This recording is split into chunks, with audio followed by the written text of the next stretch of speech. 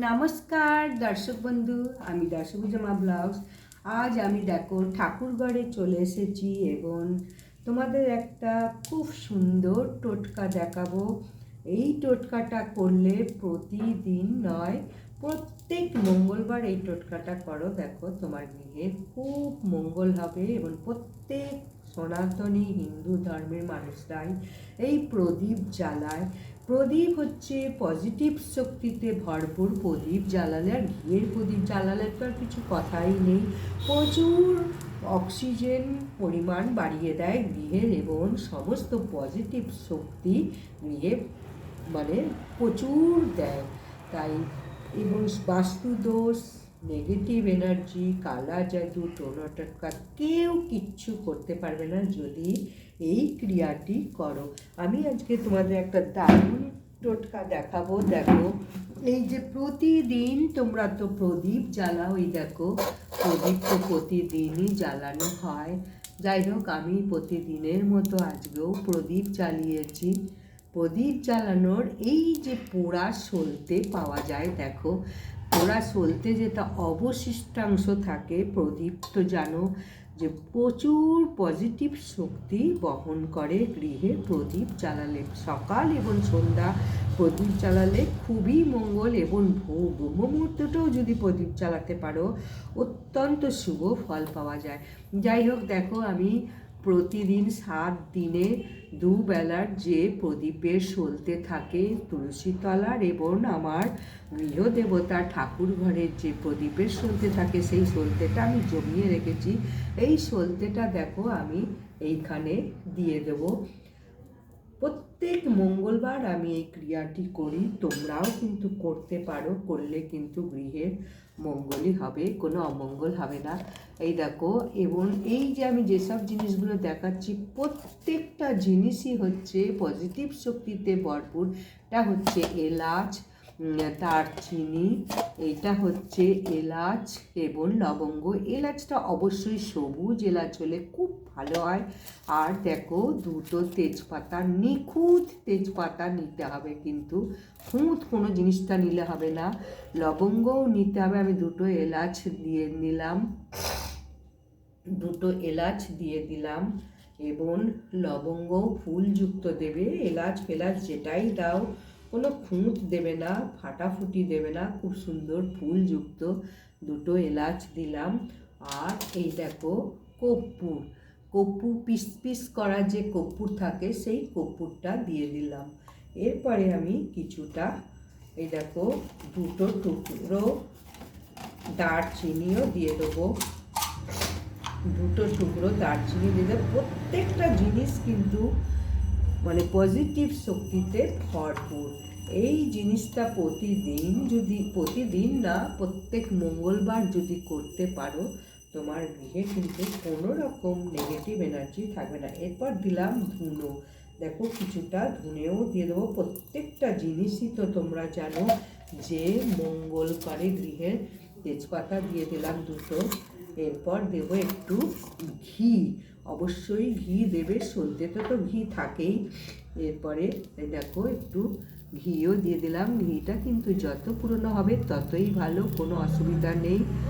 এই রকম ঘিও দিয়ে দিলাম। এইবার এইটা আমি জ্বালাবো, জ্বালিয়ে সারা ঘরে মঙ্গলবার আমি দেখো ঘন্টা সহযোগে অবশ্যই আমি সারা ঘরে দেখাবো, ঘন্টা বাজবো।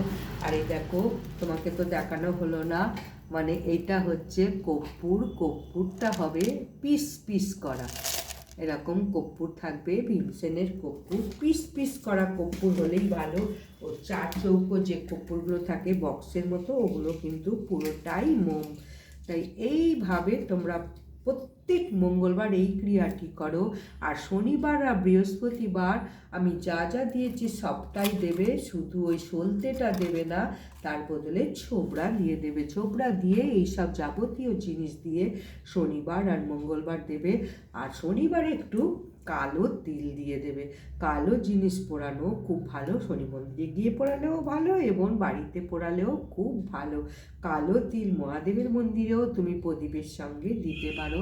কালো তিল কালকেই তো শর্ট তিলা, এই তিল দিয়ে, কালো তিল দিয়ে এই কাজটা করা হয়, কিন্তু সাদা তিলে হবে না, কালো তিল দিয়েই সমস্ত কিছু করা হয়। ছয় রকম কাজ করা হয়, তাই শর্ট তিলা একাদশী নাম বলা হয়েছে। 6 রকম মানে কার্য হচ্ছে, প্রথমে হবে স্নান, তিলে মানে জলে তিল দিয়ে স্নান করতে হবে। তারপরে ঠাকুরকে ভোগ নিবেদন করতে হবে, তিলের কোনো নাড়ু বানিয়ে বা তিলের কোনো প্রসাদ কিছু বানিয়ে, পিঠা বা পুলি, তিলের অনেক কিছুই হয়, ছাই দিয়ে তিলের নাড়ু বানিয়ে ঠাকুরকে ভোগ নিবেদন করো এবং তর্পণ করো জলে। পিতৃপুরুষদের উদ্দেশ্যে তিল দান করো যত পারো, কালো তিল কিন্তু সমস্তটাই দান করবে। আর তিল শরীরে ধারণ করো, ধরো তোমার শাড়ি পরেছো বা কোনো কিছু পরেছো, সেই খুঁটে একটু তিল বেঁধে রাখো, শরীরে ধারণ করো, তিল নিজেও ভক্ষণ করো।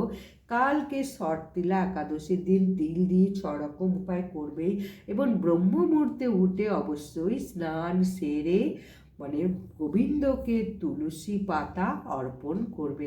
আর কখনো কিন্তু সংক্রান্তির দিন তুলসী পাতা চয়ন করবে না ভুলেও।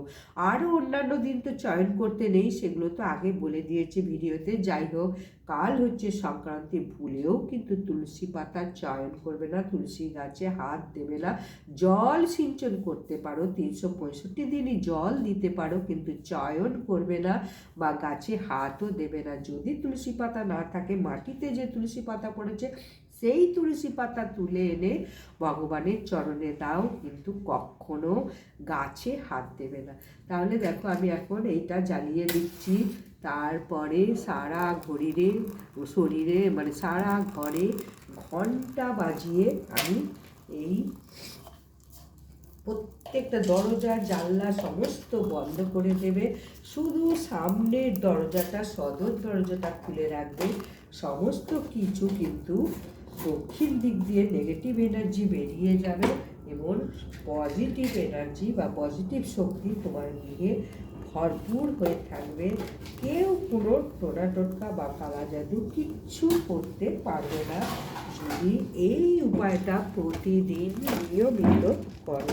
তাহলে আমি এখন সব ঘরে দেখাবো, তোমাদের দেখিয়ে দিলাম। খুব সুন্দর জ্বলবে, কর্পূর, ধুনো, তেজপাতা সমস্ত কিছু দিয়েছি, দেখো খুব সুন্দর কিন্তু জ্বলবে।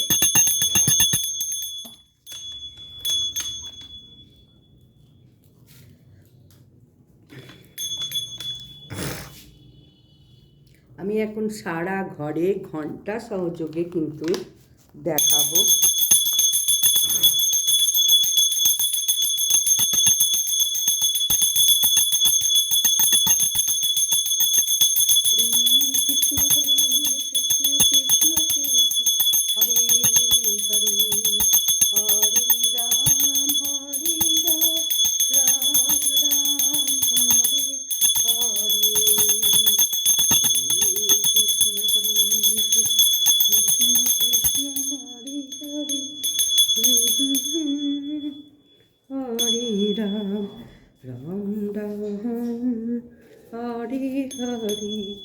हरे कृष्ण कृष्ण कृष्ण हरे हरे हरे राम।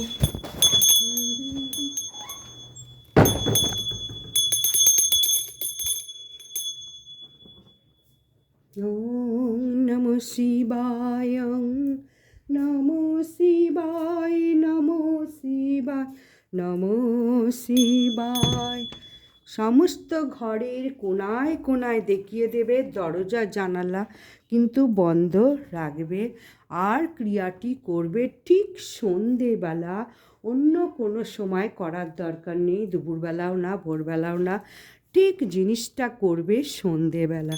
তাহলে প্রত্যেক দিন এইভাবে সারা ঘরে কিন্তু, প্রত্যেক দিন না, প্রত্যেক মঙ্গলবার এই ক্রিয়াটা করো।